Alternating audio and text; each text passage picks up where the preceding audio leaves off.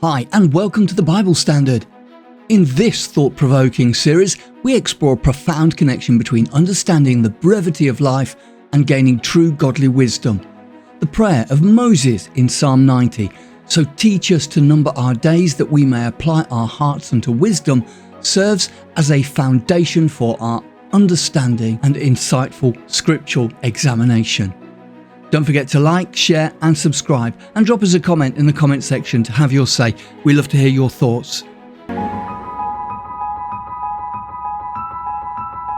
So class 2, and in this class we want to break it down as just an introduction and a focus, because I really do think to sort of look at what we want to illustrate to you, you have to maintain your focus on what we said last week and what we'll be saying this week when you look at it again, Lord willing, next week. So utilization of youthful years, the impact of parents, and major point of relevance that I got out of the reading of the works of Brother Asaph. So the introduction and the focus.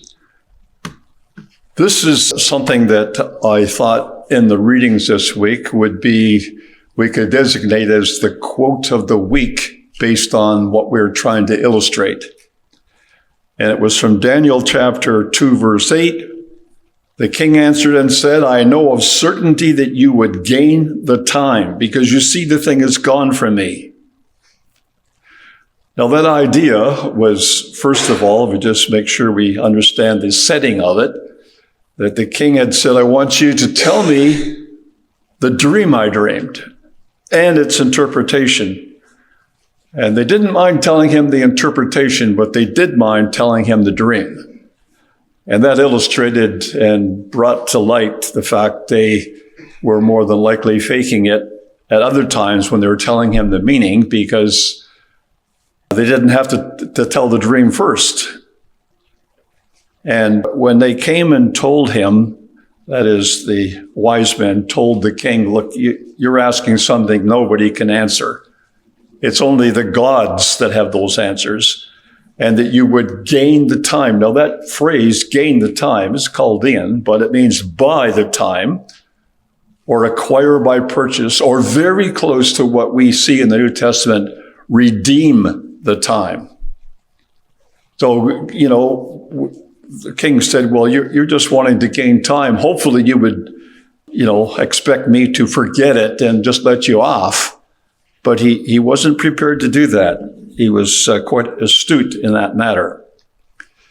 So that's getting us back to where we were, and I thought maybe just one more from the talk last week, the idea of God being our refuge, the very first verse of Psalm 90. "Thou hast been our dwelling place in all generations, before the mountains were brought forth, or ever thou hadst formed the earth and the world, even from everlasting to everlasting, thou art God." Now, we really don't have a dwelling place, which we would call, that's where Yahweh dwells, except that where doesn't he dwell? So in that sense, he dwells everywhere, but I don't think that's what it means. If you think of our brain, and if you didn't know what a gigabyte is, you won't understand a terabyte, but that's 2,500 terabytes. Now that vies with some of the biggest computers and computer buildings where they store data.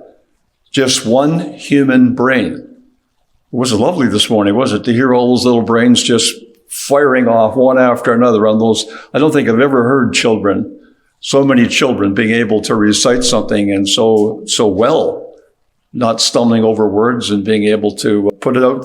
They know it. So it's using our brain and what God intended us to do so. And I thought it would be important to just show and stay in place of the brain what God expects us to do with our brain. So in Deuteronomy 24, verse 17, "Thou shalt not pervert the judgment of the stranger, nor of the fatherless, nor take a widow's pledge, a raiment to pledge. But thou shalt remember." Now, how do you remember? But you have to use your head. And if you haven't got it in your head, you surely can't remember it. So what we do is we accumulate a whole lot of things about our life and about our God and about his plan, and it's all in our brain. So yeah, we do. We create a dwelling place for our God right inside us. And it makes a lot more sense when you think of Jesus saying that, I and you and me. Those kinds of expressions are based, it would seem, upon that concept that our God is our dwelling place, our refuge. So it goes to say then that when we think about our children coming up, these little ones, the more we can put in their heads, and if you hear them say it, and they can say it so well, it's there. It may not always be at the front of their mind. They may not always be able to tell you what they did this morning, next week, or a month from now. But if they ever read that passage again, they will know that they have remembered it. Like it never really leaves our head. It's there. It's just, in times we can't recall it like we would like to recall it. Now, I want you to have a look at something which I think I've mentioned before in talks, but this is the way I look at wisdom. And it's not a complete way. It may not be a perfect way, but it sure helps me understand where wisdom fits in the plan. So I look at a stoplight, and we've probably all seen at least one this morning. So I look at knowledge as being identify the color, understanding being know what it means, know what that color means. And wisdom is do what it implies. So if we can look at that analogy when we come to looking at wisdom, whether or not we're really applying ourselves to wisdom, it would only be if we have the knowledge and the understanding there first. Otherwise, there is no way we can practice wisdom. It's based on that. And that's one of the things which is so important for us to establish very early in our life. I know that, when I was a boy, that they did ask people to do what we did this morning, young people to memorize things. But I thought there's stages in memory where you can go beyond just remembering a verse. And I found that the children can do that just as well. So one year here at CHC, I asked the children to remember the promises of God based on a word that we made up where each letter stood for one of the promises. In that way, they could, in their mind, laying on their bed with their eyes closed and no helps or anything, they could review all the promises of God. Now, that's where memory work, I think, should be going. That's the direction we want to go to. So it's not just remembering a verse, but obviously we're really much better off if we can do that. But by linking verses and remembering subjects. One of the things that frustrated me very early in my adult life was being on a bus going somewhere in Australia in the middle of the night, and the bus had engine trouble, and there was nothing around but bush. And the whole bus was there, and they were a little bit like, what do we do? Like, we can't go anywhere. We have to wait for help. We don't know when help's going to come. It was dark. Nobody could see much. I thought, if I had a memory word at that stage where I could say, this is how I perceive resurrection. I got 12 points. And just say, look, I'd like to tell you something, just to entertain you, if you like, while you're all waiting for something to happen. I want to tell you about the resurrection. And I wouldn't need a Bible because it would be all in my head, all arranged there. But unfortunately, at that time, I didn't have it. But I go back to that, and it sets sort of a goal for me that with the few days that we may have still left, to not ever be caught out like that again, but to have something to say. Now, this is, I find, a bit humbling. It's not going to be humbling to everybody, but it is to older people. If you read this record in Leviticus chapter 27, verses 1 to 2, and I put it in the ESV, just making it a little clearer, Yahweh spake to Moses, saying, Speak to the people of Israel and say to them, if anyone makes a special vow to Yahweh involving the valuation of persons. So it would seem to me that what it was is these people were wanting to associate themselves with Yahweh in a special way. And so they were acting in an elevated way, which they were not invited to if they were not of the tribe of Levi. And God comes back with the value of people by age for that vow. Between 1 month and 5 years, a male is 5 shekels. 5 years to 20, 20 shekels. 20 to 60, 50 shekels. Above 60, 15 shekels.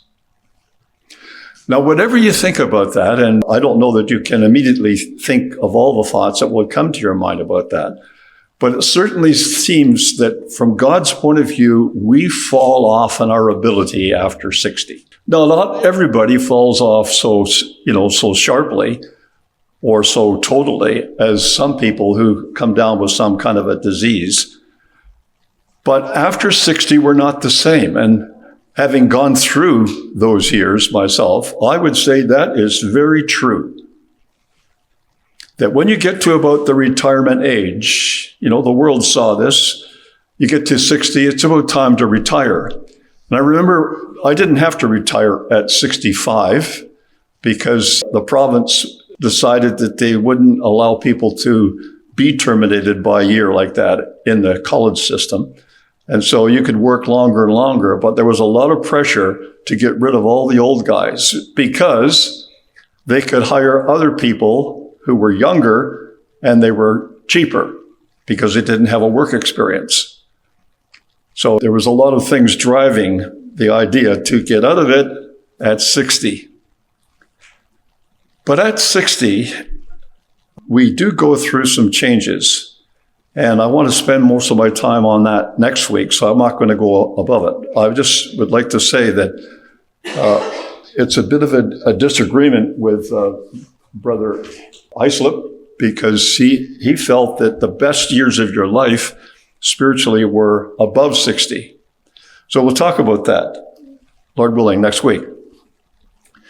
So utilization of youthful years. Now, in talking about this, I'm not talking about a text in particular in the Bible. Like I'm not looking back at Psalm 90 or any other text. I'm just looking at a number of things which are based in the Scriptures, thoughts that come to us from the Scriptures.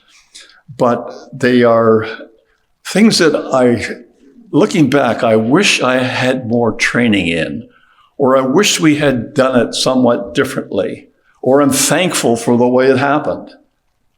That's the benefit that you can have by actually reviewing with a number of people how things have gone so far in your life. So Ecclesiastes 12 is the one that really sets the stage for that.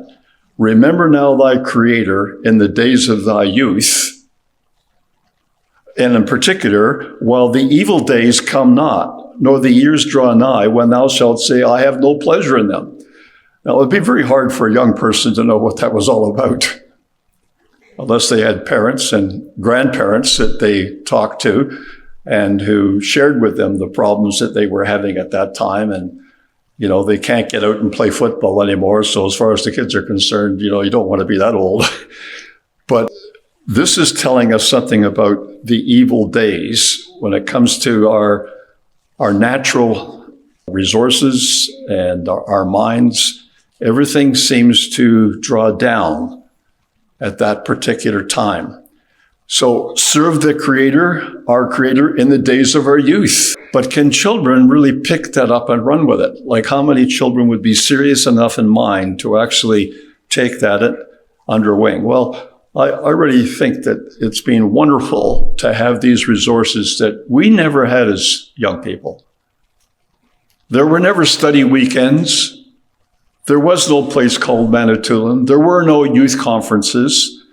By the time we got to be in our teenage years, there was a Bible school that we could go to in Wilbraham. And that was the highlight of our life when that started, where we could go down and be with young people and enjoy the the week together. It was something that we'd never experienced in our life before. And now it's to the point where which one are we going to go to, because they're all doubling up.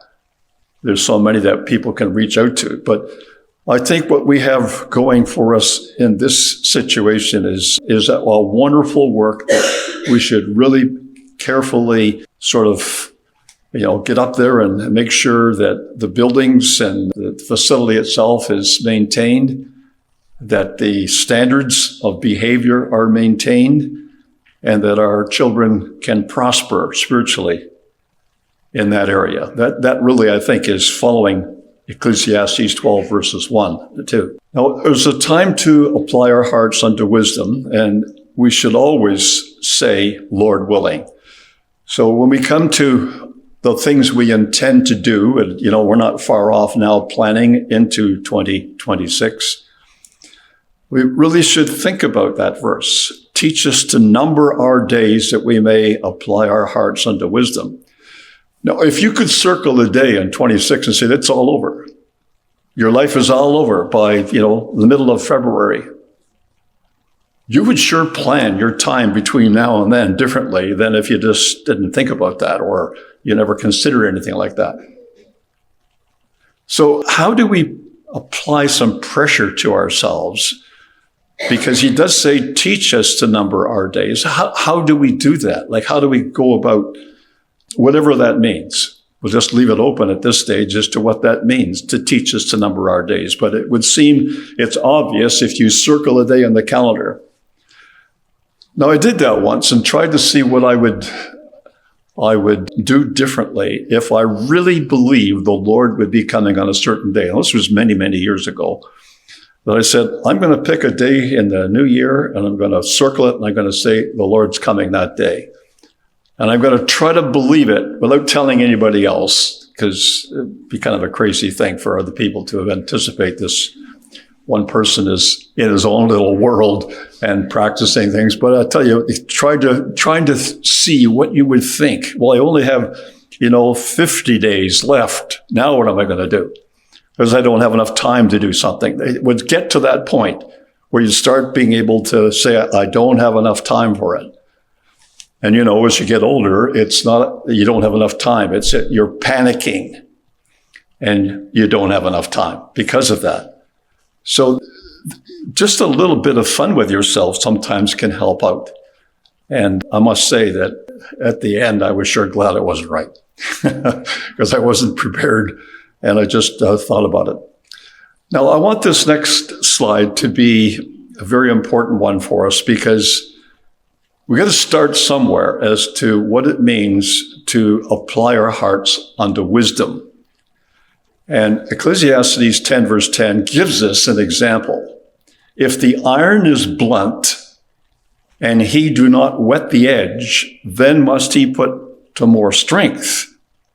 But wisdom is profitable to direct. So if you have an axe and you're doing something with the axe, like that axe wouldn't be probably to cut down a tree. It would be something to trim something up or to shape something.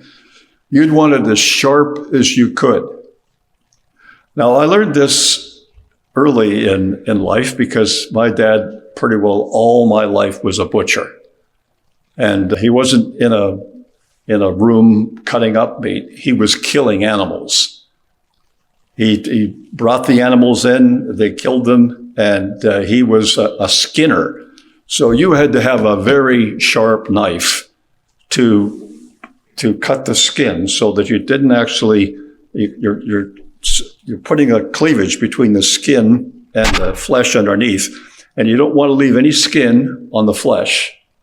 And you don't want to have any holes in the skin because the skin is valuable, the flesh is valuable. So you cut that just as carefully as you could.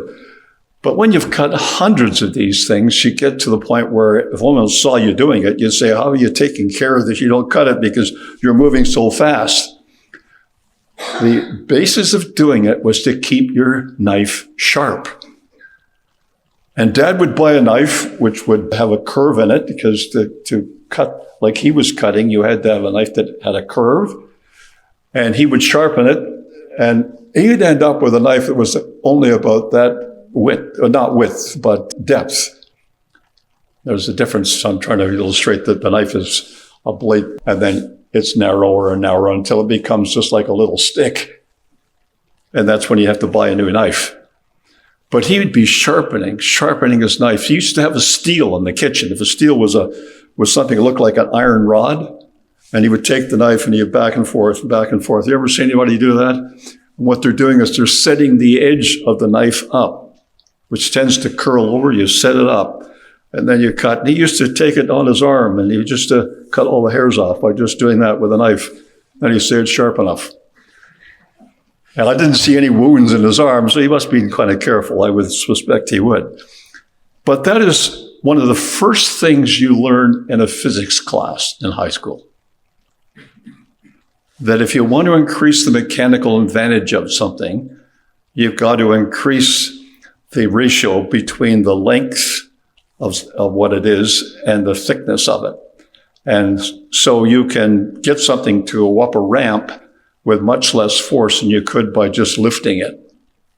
And all those things are mechanical advantage, but it's just wisdom directed to what you're doing. I found it fascinating. I really love that whole area of physics, and I've been always trying to do something related to a job I've been doing by practicing those principles. Now, what we want to look at now is just going through a number of examples of this. So we have to decide in life how we're going to deal with this verse. 1 Timothy 4, verse 8, for bodily exercise profits little, but godliness is profitable unto all things, having promise of the life that now is and of that which is to come. So there's a comparison between body exercise and godliness. But if you're trying to do that with your body, you're going to be spending hours and hours. And after you have achieved it, what have you got?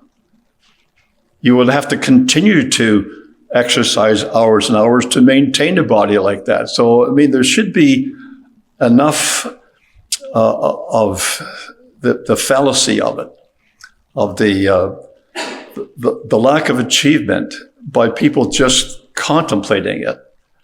But yet these gyms are open all the time, and I often wonder if you've ever been to Grand River Ecclesia, they rent the facility in Paris. It's just an upper room of a sort of like a gym auditorium complex, but they have a mirror on one wall. And when you walk into the place, it looks like it goes on forever because it's just giving you a mirror image of what you're in. And it seems like it goes on. But what would the mirror be for? I asked that question. What would you have a mirror like that before? Well, it's because they do this kind of thing in there. They have a gym where everyone wants to see how beautiful they look when they're holding all their arms up and their muscles are all being fleshed. So they want to see themselves. What a vanity. But yet that's life that's out there. And yet what can we show for people in putting the same time into godliness? How can we show that that's more profitable?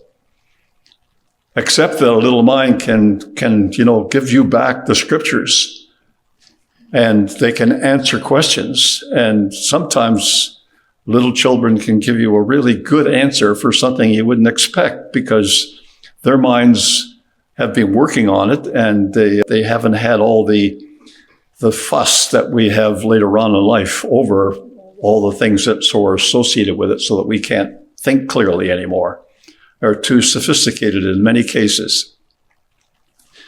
So to be pragmatic, even in spiritual things. Now, pragmatic for me just means you're trying to be practical about something. Like, you expect me to lift a ton. I can't lift a ton, so let's not worry about trying to do that. I'm not going to be able to do it. That's just being, honest with your ability. But here was a situation, and then you may remember it just from the quote here, Ezra 3, verse 12. Many of the priests and Levites and chief of the fathers who were ancient men that had seen the first house and the foundation of this house was laid before their eyes, wept with a loud voice, and many shouted aloud for joy. Now, that was the difference between the older people and the younger people. Why? Well, because the older people could remember the tremendous temple and the beauty of it and the costliness of it, of Solomon's temple.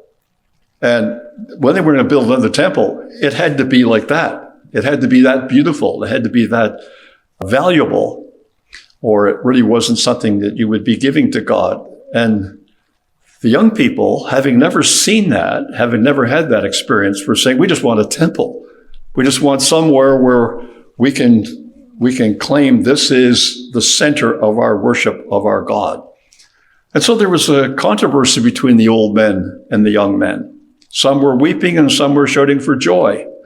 And that problem shut them down for 15 years. Because when the enemies around saw that they were struggling together, the young and the old couldn't get together, they couldn't decide what they wanted to make, they stopped them from doing it. And it didn't start up again for 15 years. So we certainly don't want to see something like that. If we apply our minds unto wisdom and we get a problem that we can't just resolve that clearly, then we have to go back to our God. And that's when the prophets Haggai and Zechariah came on the scene.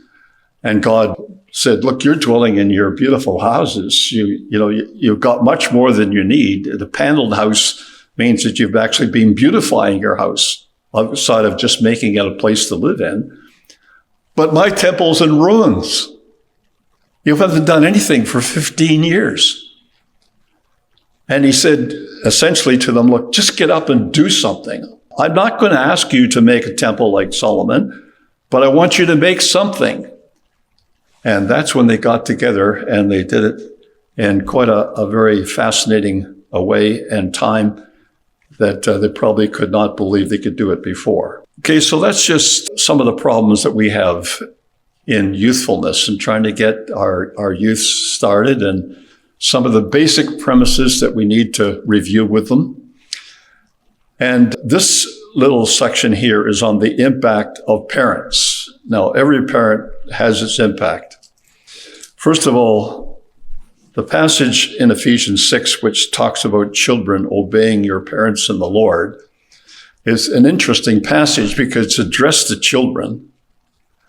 And yet, by the time children can recognize that's a passage talking to me and think seriously about it, they probably failed in this many, many times. And that's one of the reasons why when people come to baptism, it's, yes, we are forgiven our sins. Even if we can't remember them, there are sins. But when you see a stubborn little face and you tell them children ought to obey your parents, you got to think about a way to say that will help them. And not every parent does it helpfully.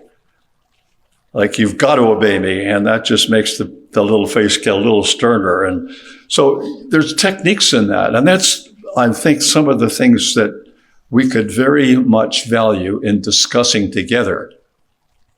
Because Sister Dorothy will tell you that in Shelburne, we had a sisters class going, a very good sisters class in Shelburne Hall.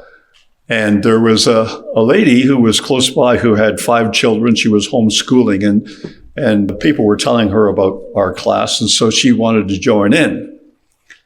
But she was not related to the scriptures at all. She hadn't got her mind into the scriptures, wasn't going to be led by it. And she had the philosophy of a couple people who wrote various books that she thought would be the way that we should teach our children. Being a very forceful lady, the sisters had a little bit of a difficulty with her.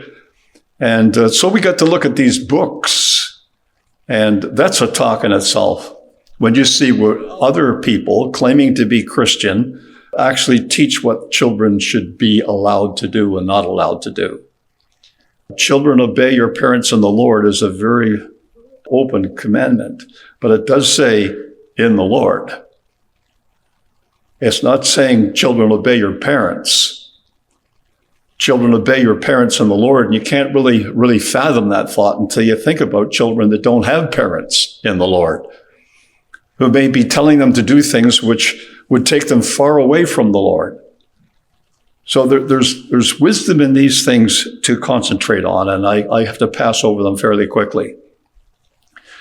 Train up a child in the way he should go. Well, many of us have talked about that, but this is a little example. Some of you may remember this because it happened in our community 2017, I think it was, a little south of us here, from here, where a father was taking his sons to Tim Hortons with him. And I guess it was a Saturday morning experience. So every Saturday morning, the kids jumped in the car with Dad and away they went. But one morning, Dad didn't get up early enough, so the kids jumped in the car and they went themselves. But the kids were age 6 and 8. And they'd watched Dad close enough to know how to drive that truck, how to go down the street. They knew where Tim Hortons was. The only time they got into trouble was because they had a sharp turn to get around to the drive-through. And instead of going around it, they went through it into a fence. And that's when it became public news that these two kids, 6 and 8, just following the example of their dad, one morning when Dad didn't get up and get with it, they were there ready to go. They were off to Tim Hortons. That illustrates foolishness is bound up in the heart of a child. Like the kids had no idea that they got to travel down a road. They got to share the road with other drivers. People expected that they would know the rules. I don't know how they found the way to get to the pedals and all the controls of a car, but that's what I think it means. The rod of correction shall drive it from him, and I'm not sure that was administered anywhere at this time. Or, again, when Paul's talking about the chastening that is there, if children understand chastening, what it's for, and they've been doing the Bible readings, they would have a much better time with this old drawing. Now, I don't remember anybody doing that, but I do remember my brother Ron one day coming to CYC at Shelburne and saying, "Look, I got a strap for you." And I didn't know really what he meant, but he had two of these straps. I looked at them, I knew what they meant because I received that strap once at school or twice, or, well, whatever. And it had written on it for bad boys and bad girls. I don't think you're even allowed to say that anymore, but that's what they used it for. And I don't think it ever hurt me. My dad, it hurt me much more than they could. He just used his hand. But it was administered, and it was really something for their pleasure. But as he says here, God does it for our profit, at the end of verse 10 there, that we might be partakers of his holiness. So a very different reason, but if we've accepted chastening as necessary as children, think of how much that will prepare them for getting old enough to receive the chastening in their life from their God. If they've never had any chastening, then it may be that they'll have a hard time accepting God's chastening. That's the whole idea of it. Now, this is a real illustration of the value of having a farm. I don't know that it's a real reason to go out and everyone buy a farm. Just go out and Brother Mark will show you what a farm looks like. But I didn't understand this proverb until something happened on the farm. Proverbs 30, verse 17, the eye that mocketh his father, despiseth to obey his mother. The ravens of the valley shall pick it out, and the young eagles shall eat it. Now that's in the scriptures. Like you might think, well, I don't think I'd ever want to read that to my children. But if you do the readings, you read that because we read everything in the readings. Have you ever seen what these vultures look like? Now, I remember a situation where we had a number of vultures from the house. I could see them out in the pasture, and they were all flying around. They'll never do that unless there's something there to eat. And it's usually, almost always, dead. So that's on my property. We better get back there and have a look at that. So we ran back there and have a look at it, and there was a calf that was laying out. The calf wasn't very big, he'd fit into that table quite easy. And he was, I thought, sleeping, but when I got close to him, he was dead. And the one mark he had on him that illustrated maybe how he died was he didn't have an eye. And vets told me that sometimes the sunlight can shine on a calf's eye and give a reflection to vultures who see that as something attractive. They see the reflection coming from that animal and will come down there. If the animal's asleep, the first thing they do is peck out the eye. So I learned a few things about a vulture. I've never liked them anymore since, but it's just an interesting thing that God would use that analogy to illustrate. You mock at your father, and you despise to obey your mother. The ravens of the valley will pick out your eye and eat it. Now, I think any kid that heard that would have to think about it a little bit, especially if they saw these birds that are around here quite often. Here's another one, the importance of restitution. And this has bothered me, it still bothers me a little bit when I think about this, because that's the kind of fences that we used to have keeping our cattle in. There were rail fences called a snake fence. The snake fence was just going zigzag like that because that's the way you could keep the fence together. You had to deal with snow loads and high winds, and it constantly needed to be repaired. But if you're trying to keep cattle back, cattle like to itch themselves, and you'd find a cow up there and a cow leaning against a fence like that, that's several hundred pounds, pushing this rail, and pushing it until finally it breaks. And, I can hop over, and they're gone. They went into the neighbor's place, and he had a field that was much better pastured than mine, and they ate. In fact, it wasn't pasture, it was a crop that was growing, and they ate a part of it, not a large part of it, and the neighbor was not very happy with us. I went back and got them out, and I spent my time trying to get these fence rails cleaned up. This is when I was a young man. Dad was still on the farm at that time, so it wasn't my herd, it wasn't my property, but I was looking after the cows when Dad was working. And I thought, only when I read this verse again and again, that if a man cause a vineyard to be eaten, he shall make restitution. And the restitution would be, give the best of your own field back to this man. Now, the man that was involved was a very arrogant man and very foul-mouthed. He knew more swear words than he knew other words, I'm sure. And I was a bit afraid of him, and I just stayed clear of him. So there was no restitution made. And there's a much longer story associated with this, which I won't get into because we're out of time. But it illustrates the idea of restitution. I think sometimes we miss that in bringing up children. That when you do something and you've hurt somebody else or you've taken something else, that it's not just a matter of saying you're sorry. It's a matter of doing something to make amends for this, especially if there's been some, you've taken something and used up something or hurt something. Now, this idea of applying ourselves unto wisdom to avoid our activities that promote addiction. My dad used to love boxing.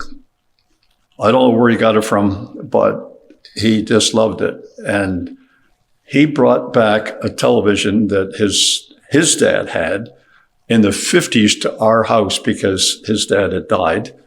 And we started watching television. And this man, I don't know if you know Muhammad Ali. There would be a few people here that would be young enough to remember that man. He was a very significant boxer. And that was the outcome of a winning a bout, was to knock the other man out. And after you're watching this a while, you just love to see this. But if you're reading the Bible at the same time, why would you want to see the violence involved? Why would you enjoy that? Why would it excite you? And that's the kind of thing that I started thinking of, that I will set no wicked thing before mine eyes, is something that we need to instill in our children and they're growing up. Because if they grow up with that, the chances are it'll be much more difficult when they're older to overcome that problem. For instance, in this one, if you think you can redeem the time at will, then think about that. If that doesn't mean anything to you, we'll go on to the next slide. But that symbol means something, and I'll just leave it right there because you know exactly what I mean when I link those two ideas. That's the symbol of the Toronto Blue Jays baseball team, and the matter of redeeming the time is using time wisely and buying back time, making sure that you don't waste time. My brother Ron used to have a story that used to break up a lot of coffee breaks when we were building the hall and we were actually working at Manitoulin. And if he was on the job, it was tough to live with him, but people used to, know, well, that's Ron. He'd come when we were in a coffee break and he'd say, do you know the proverb that says, in all labor there is profit, but talk tends only to penury? Come on, let's get to work. And we'll think about that a bit. Yeah, maybe we should be getting to work because we've been at this coffee break for too long, totally enjoying it with all the people that were there, taking some time off. But he was a person who really did want to redeem time, and he did that much through his life. And then again, in 1 Corinthians 13, it's just to be a thorough Bible student and making sure that we read the things I found in 1 Corinthians 13 faithfully, and that is that I bestow all my goods to feed the poor. I give my body to be burned. Haven't I done what love is all about? I've given all my goods to feed the poor, and I've given the essence of my body to be burned, and you're saying I don't have love? Well, if you read that... Don't forget to hit that like button. It really helps the channel grow. Drop a comment in the comment section and let us know what you thought. And make sure you subscribe and turn on notifications so you never miss a new upload. Please share.